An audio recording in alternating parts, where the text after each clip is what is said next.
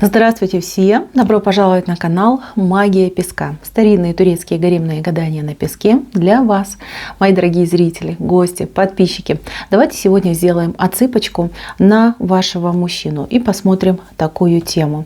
Чем он мучается, что тяжелым камнем лежит у него на совести. Если тема интересна, пожалуйста, присоединяйтесь, посмотрите на песочек и загадайте на своего мужчину. Представьте его обязательно, назовите по имени и спросите: мой милый дорогой, чем ты мучаешься, что тяжелым камнем лежит на твоей совести. Надеюсь, вы настроились. Я убираю Назар. Прошу высшие силы дать мне возможность ответить на все ваши вопросы и послать для вас только самую важную, самую нужную и самую полезную информацию. Пусть высшие силы водят моими руками и покажут нам то, что от нас скрыто, и то, что мы так сильно желаем узнать. Так. Ну что, девчонки, мужчина пришел такой, знаете, бодрячок. Честно, я не могу сказать, что он прям тут мучается. Нет, тут такого за ним не водится. Он, знаете, он всегда себе оправдание может найти. Вот это такой мужчина, он не пропадет. Он всегда и во всем себя оправдает. То есть, да, может быть, я виноват, но я не виноват. Да? Вот так обстоятельства сложились. Да? Это не я, это кто-то, это что-то, кто-то. Да? Вот прям да, накрутили, настроили. Да, делал я, но не я. Вот такой мужчина выкрутится, вывертится. И знаете, вот он спит хорошо, честно. Хорошо спит, совесть его как будто бы и не мучает. Но у этого мужчины иногда случаются кошмары. Кошмары, либо сны какие-то, либо, вот, знаете, сам себя может запугать в какой-то момент. Он очень сильно боится остаться один. Знаете, как вот прям не в удел, да, чтобы никого не было, ни жены, ни ребенка, ни семьи, а сам по себе, как перст. Боится он этого одиночества. И ему то ли снится иногда это, то ли он это, представляет себе. И в эти минуты вот прям холодный пот его прошибает, вот прям аж трясти начинает. Вот так страшно ему становится, девочки. У него вот эта фобия его, она, какая-то приобретенная, что ли, идет. Я не знаю, раньше не боялся, а сейчас в последнее время начал очень сильно этого бояться. Смотрите, вот вы, может, ему что-то говорили, либо сказали, может, что-то сказали, да я от тебя уйду, да я сейчас там куда-то уеду, либо когда придется нам, может быть, там разойтись, либо давай разведемся, расстанемся. Что-то такое вы ему, знаете, сказали, бросили, не подумавши. А он, знаете, его это так задело, так сильно его задело, так он сильно испугался этого момента. И он-то, может, и понимает, что вы пошутили, да, вот голова понимает, а душа боится. И у него вот после этого прям как панические атаки стали происходить. А вдруг вы действительно уйдете, а вдруг вы действительно, найдете кого-то получше, посмазливее, может быть, поперспективнее. Знаете, в чем у него совесть нечиста? Если вы вместе находитесь, встречаетесь, либо проживаете, то будьте уверены, он все ваши вещи ковыряет. Вот ищет чего-то, знаете, как думает, надо как перебдеть, лучше перебдеть, чем недобдеть. Старается найти, с кем вы там общаетесь, о чем вы общаетесь, а вдруг у вас действительно какие-то планы его оставить. Понимает, что это нехорошо, понимает, что вы женщина честная, порядочная, что вы никогда не пойдете на какую-то там измену, либо на какие-то уловки. Но так ему не по себе, так ему страшно, что вот эта его фобия, да, она уже из него, извините, дурачка делает. Ковыряется в ваших вещах. Если вы где-то с ним на расстоянии сейчас, то у него, знаете, поджилки трясутся каждый раз, когда вы с ним разговариваете. Он как бы и ждет этого разговора, а с другой стороны очень боится услышать, что «Ой, я там кого-то другого встретила», либо «Я там от тебя ухожу». Он как начинает ваши социальные сети смотреть, если они у вас есть, то у него же прям, знаете, вот так вот пальцы не попадают по клавиатуре или где там по смартфону, да, не может тыкнуть куда надо.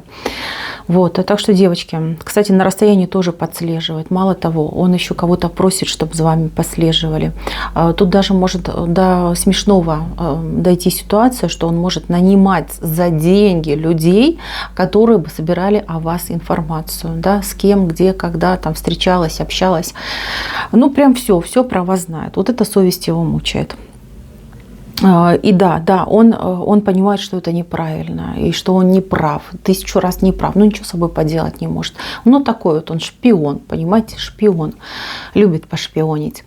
Так, еще вы не знаете, что он еще с какой-то женщиной общается. Значит, там, может, ничего серьезного и нету, скорее всего, вообще ничего серьезного нету. Ну, она какая-то, знаете, бывшая, что ли, какая-то знакомая, может быть, приятельница, может быть, там вместе где-то там учились, работали, ну, такое, знаете, для души, как говорится. Ну, по крайней мере, он так это показывает. Он с этой женщиной разговаривает. И он разговаривает часто о вас. То есть то, что у вас там происходит между вами, он это все и той девочке рассказывает. Да? И что противно в этой ситуации? Оно бы-то ничего, но противно то, что она дает ему советы. Советы часто очень бестолковые. Абсолютно бестолковый. Если ваш мужчина в последнее время абсурдно как-то поступал, вел себя вот нетипично для себя, то знайте, что это все вот ему подсказали. Подсказали, ну, не совсем правильные мозги, назовем это так, да, ну, не будем там клеймо ставить, но там явно с девочкой что-то не так. Вот. А у нее к нему интерес какой? Не как к мужчине, нет, не думайте. Тут больше, знаете, какой интерес?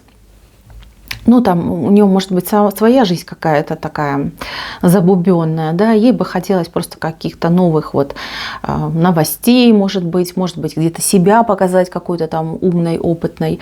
Ну, вот это все и складывается. Значит, тоже понимает, что неправильно, что не должен это делать. Кстати, вот по поводу этого момента. Скорее всего, у вас с ним был разговор, просил он вас, либо говорил, что я не желаю, чтобы ты делилась тем, что происходит между нами, со своими, например, родственниками, чтобы маме что-то рассказывала, либо там сестрам, подругам, прям так фыркал-быркал, да, а сам, получается, чужой совершенно женщине что-то вот прям, ну не что-то, а практически все рассказывает, что у вас происходит. И, кстати, да, маме он тоже своей все рассказывает. И я даже больше вам скажу, он маме своей жалуется. Она ему говорит: ой, мой бедненький сыночек, ой, мой бедненький сыночек. А он прям, знаете, весь такой, как котик, мурчит в этот момент. То есть, чтобы его там лишний раз пожалели. Это девочки, у кого мама рядом есть, кто, ну, вернее, живая, да, рассказывает, будьте уверены. Если вот, ну, серьезно, у него кто-то есть, кому-то вот он про вас рассказывает, про ваши отношения, что там у вас в доме, чем там кормили, сколько спали и прочее, все рассказывает. Такой вот он какой-то у вас. Так, еще совесть чего мучает. Деньги, вот у кого, кто на мужа смотрит, деньги куда-то тратит деньги на пустое. Серьезно вам говорю. От вас скрывает, что у него там какой-то дополнительный, что ли, доход есть. Либо скрывает точную сумму, может, у него какие-то подработки. То есть у него какие-то деньги вот дополнительные присутствуют. Он вообще про них не говорит, как рыба. И тратит их на что-то непотребное, в прямом смысле этого слова. На какие-то свои, может быть, там хотелочки, увлечения. Может быть, там где-то вкусное подъедает, да, запрещеночку какую-то подъедает. Может быть, ну, все бывает, да, я не хочу тут прям мужчину клеймить, да, но вот это его, скажем так, хобби, да. На себя он денег же не жалеет. Хотя может ходить как затрепыш какой-то последний, да, может быть, на одежду он там и жалеет, а вот на вот это свое удовольствие это ему приносит, он денег не жалеет. Так, еще когда-то только в начале ваших отношений, девчонки, ну тут, ну еще, можно сказать, и не было у вас отношений, он с какой-то другой женщиной был. Вот прям у кого-то отыграется где-то, ну, может быть, у половины 100% отыграется, что он с какой-то другой женщиной был. Вы его про нее спрашивали, и спрашивали, может быть, даже и не раз, и прям, может быть, даже он вам клялся, что нет, божился, нет, с этой женщиной ничего у меня не было, а на самом деле было у них, причем по пьяной лавочке какой-то, либо по какому-то, знаете, по дурости, да, как это правильно сказать. Ну, было, может быть, один раз, да, случайно так случилось. Он ну, как смолодушничал, да, не захотел вам признаваться. И вот эта вот тайна, он вам там чем-то поклялся, прям поклялся. И вот понимает, что как это было низко, подло. И клятва-то страшная, понимаете, клятва, вот он, ну, кстати, клятва и уважает. А тут видите как, чтобы себя в грязь не замарать, поклялся. А теперь, знаете, вот сколько живет, сколько этим мучается. Иногда девочки порываются вам все рассказать, но не хватает пока у него силенок, да, рассказать вам эту ситуацию. Так, еще, когда вы спорите, ругаетесь, девчонки, вы правы. Вот все, что вы ему говорите, вот 100% сбывается. Вы как в воду смотрите. Вы этого мужчинку как облупленного. И в жизни вы такая более опытная, понимаете? Ему подсказываете, а он на своем стоит, вот такой прямый на своем стоит. Вот я сказал и все, вот я знаю и все, а ты вот иди, женщина, там, кухня твое место. Ну, плохо себя ведет. Но знает, что вы абсолютно правы. Мало того, он слушает ваши советы, он к ним прислушивается. И совесть мучается, да, что вот как это, пися короткая, да, признать, что женщина права, а как ее рядом нет, так я герой, я вот по ее указке живу. Ну, такой вот человек. Так, что еще? У кого-то, девочки, отыграется, что мужчина потерял какую-то, ну, как реликвию, да, какую-то вашу вещь общую, либо вещь, которая вот воспоминание. Либо потерял, либо разбил, либо что-то с ней сделал. Молча спрятал, ничего не говорит. Вы, возможно, уже искали, но он так говорит: не знаю, не видел, это ты там что-то не досмотрела. Хотя знает, что он попортил, загубил эту вещь. Будьте уверены. Вы, кстати, скоро это все обнаружите, особенно те, которые вместе находятся, вместе проживают. Еще что скрывает? Скрывает за свое здоровье что-то. У кого-то мужчина прям за свое здоровье скрывает. В последнее время ему очень плохо. И знаете, как все хуже, хуже. Он у вас такой чахнет, хереет, но не признается, что не признается. Знаете, как тут и страх, с одной стороны, да, что вот он боится, в принципе, может бояться там врачей, уколов, лечения, да, вот как-то боится, побаивается. Мужчины, они же такие более боязливые, чем женщины. Это один момент. А второй момент может отыграться, что он боится, что вы, ну, скажете: а зачем ты мне такой хилый нужен? Ну, иди отсюда, да. Я себе, вот почему-то у него такая навязчивая идея, что вы себе другого мужчину найдете. То ли вы ему этим угрожали, то ли кто-то ему сказал, что так может быть чей-то пример он видел. То есть он почему-то так сильно этого боится. И самое страшное, я уже говорила, да, для мужчин это остаться одиноким. Так, девчонки, совесть еще его мучает за то, что он вас обижает иногда, словами обижает. Обижает вот прям... Он даже когда сам говорит, аж самому плохо становится. Но вот такой вот у него противный характер. Ничего поделать с этим он не может. Совесть, конечно, мучает, но вот такое, да, вот такое. Принимайте меня таким. Сам себя потом ругает, но прощения вот он не идет просить. У кого-то, кто в паре давно, причем в браке, тут мужчина такой противный стал, цепляется прям к каждому слову, каждому вашему действию цепляться может. И причем так вот, что прям аж укусить, да, там, прям ущипнуть, да, чтобы побольнее. А вы думаете: Господи, да что ж тебе надо от меня? Что тебе надо? А ему, знаете, что надо? Любви вашей надо, внимания вашего надо, заботы вашей надо. Ревнует по-страшному. И вот это вот специально это делает. Сам себя потом ненавидит за это, но при этом делает. Остановиться не может. Ведет себя, ну хуже, чем, я не знаю, балованный ребенок. Вот такое что-то капризное, непонятно что. Знает все свои косяки, да, из-за этого переживает, мучается. Но знаете, вот какой-то он упрямый, твердолобый, ни помощи попросить у вас не может, да, по-человечески сказать: милая, родная, знаю, что я тяжелый человек, да, но я хочу поменяться, потому что люблю тебя, потому что боюсь тебя потерять. Помоги, подскажи, да, вместе, давай вместе попробуем. Нет, он этого никогда не скажет. Мало того, если вы ему об этом скажете, то он сразу раз такой в позу станет, скажет: да что, я? Да никогда, да я мужчина хоть куда, какая тут помощь мне, я сам кому хочешь помогу. Вот такой вот он противный у вас, противный. Так, ну мы на совесть смотрим, да, не смотрим на его характер. Еще что хочу сказать, девчонки, ну вот я не знаю, это, конечно, ох, как вы к этому отнесетесь, но он женщин голых рассматривает. Вот здесь вот четко видно, да. Вот видите, женщина и так стоит, тут и попа, и сиси, а он, знаете, откуда-то рассматривает. Значит, это не значит, что он за женщинами там где-то подглядывает, но может смотреть специальные фильмы для взрослых, да, может быть, какую-то как литературу, журнальчики, да, почитывать. Вот это вот он тайный у вас какой-то эротоман. Вот, скрывай, ему стыдно, ой, как ему стыдно за это. Ну, а что сделаешь? Хочется, тянет, да. Запретненькое, оно всегда такое манящее. Увлекается вот этим делом, девочки, увлекается. Кстати, деньги может на это тратить, на эти журналы, да, на всякие видео, может, покупает. Не знаю, вот у него как-то уходит. Все, поняла, что это значит.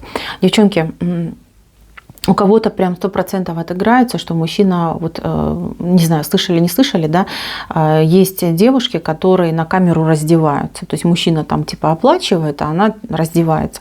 Вот он, кстати, может этим тоже грешить. И, кстати, деньги, да, туда могут уходить. Вот теперь до меня дошло, что это значит.